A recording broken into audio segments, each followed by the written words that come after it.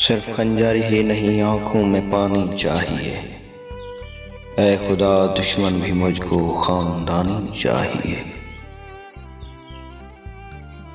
शहर की सारी अलिफ लैलाएं बूढ़ी हो चुकी, शहजादे को कोई ताज़ा कहानी चाहिए।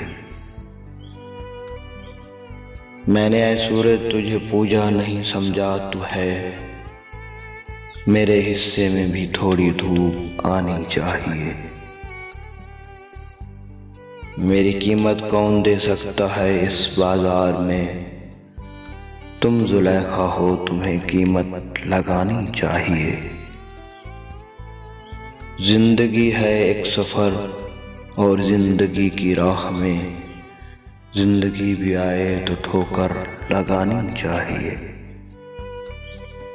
मैंने अपनी खुश्क आंखों से लहू छलका दिया, एक समंदर कह रहा था मुझको पानी चाहिए।